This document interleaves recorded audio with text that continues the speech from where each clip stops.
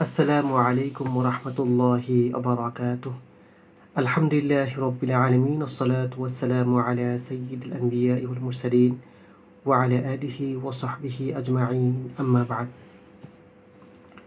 বিসমিল্লাহির রহমানির রহিম। অতীতের রামাজান।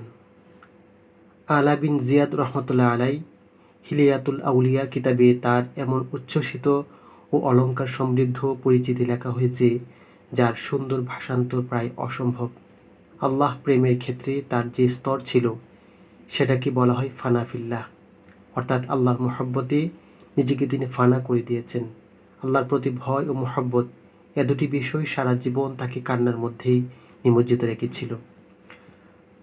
হযরত কাতাদা রহমতুল্লাহ আলাইহি বলেন, অতিরিক্ত কান্নার কারণেই তার দৃষ্টি চলে গিয়েছিল। তার কোরাক ছিল প্রতিদিন একটি রুটি। রামাজানের বাইরে যতক্ষণ না কাহিল হয়ে পড়তেন সিয়ামের মধ্যেই থাকতেন। যতক্ষণ না দাঁড়িয়ে থাকা অসম্ভব হতো সালাতেই নিমগ্ন থাকতেন। হযরত আনাস বিন মালিক রহমতুল্লাহ আলাই একবার তাকে দেখতে এসে বললেন, আল্লাহ তো এমন সমস্ত মুজাহাদার জন্য তোমাকে আদেশ করেননি। কান্নাজড়িত কণ্ঠে তিনি বললেন, কিন্তু আমি তো আল্লাহর কৃতদাস। আমাকে তো আমার সর্বোচ্চ শক্তি দিয়ে তার ইবাদত গুজারি করতে হবে এবং আমি তা করে যেতে চাই। জনৈক ব্যক্তি ভক্তি ও সুধারণের ভিত্তিতে বললেন, আমি দেখতে পাচ্ছি আপনি যেন জান্নাতে রয়েছেন।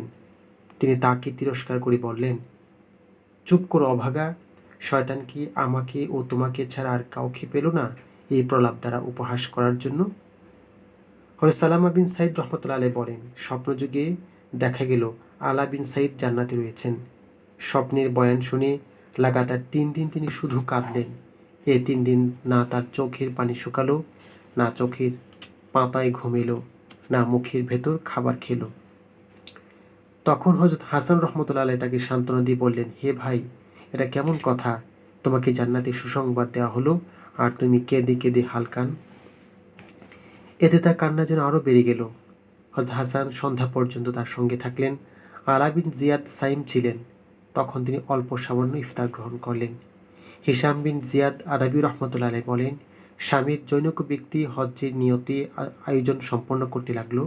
তখন স্বপ্নযুগে তাকে বলা হলো, আগে ইরাকের বসরায় যাও, তারপর বনি আদি গোত্রে গিয়ে আলা বিন জিয়াদের সঙ্গে দেখা করো।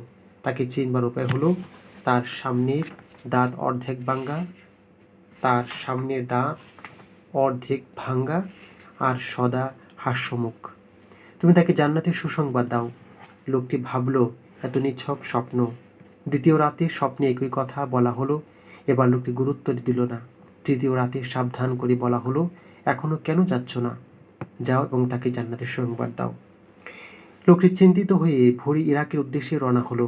সফর শুরু করার পরে সে দেখে স্বপ্নে আসা ব্যক্তিটি কাফেলায় তার আগে আগে চলছে। বসরা পর্যন্ত এমনই ছিল। লোকটি বসরায় বনু আদি গোত্রে গিয়ে আলা বিন জিয়াদের ঘরে হাজির হলো।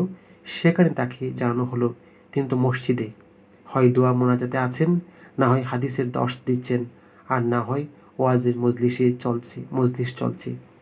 হযরত আলা বিন জিয়াদ তাকে দেখে মৃদু হাসলেন আর তার সামনের ভাঙ্গা দাঁতটি প্রকাশ পেল।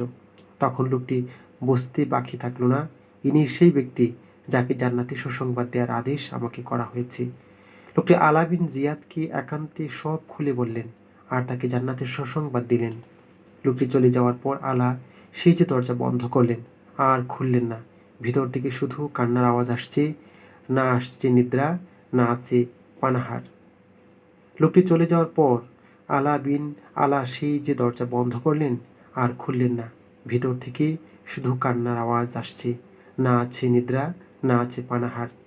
হিশাম বললেন, তার লাগাতার রোনাজারির কারণে আশঙ্কা হলো যে মরিয়ে না যান। খবর শুনে হযরত হাসান রহমতুল্লাহ বলেন এলেন এবং দরজায় আওয়াজ দিলেন। হযরত হাসানের উপস্থিতি বুঝতে পেরে তিনি দরজা খুলে বের হলেন। আর তখন সত্যি বড় নাজেহাল অবস্থা। হযরত হাসান রহমতুল্লাহ আলাইহি তাকে সান্ত্বনা দিয়ে বললেন, আল্লাহ তোমাকে রহম করুন, ইনশাআল্লাহ তুমি আহলে জান্নাত। কেন তাহলে নিজেকে হালকান করছো? আলা বিন জিয়াদ আমাকে এবং হাসানকে জোর অনুরোধ করলেন, স্বপ্নের সুসংবাদের কথা আমার মৃত্যুর আগে যেন প্রকাশ না করা হয়। আল্লাহ তাআলা আমাদেরকে বোঝার এবং আমাদের তৌফিক দান করুন। আমিন।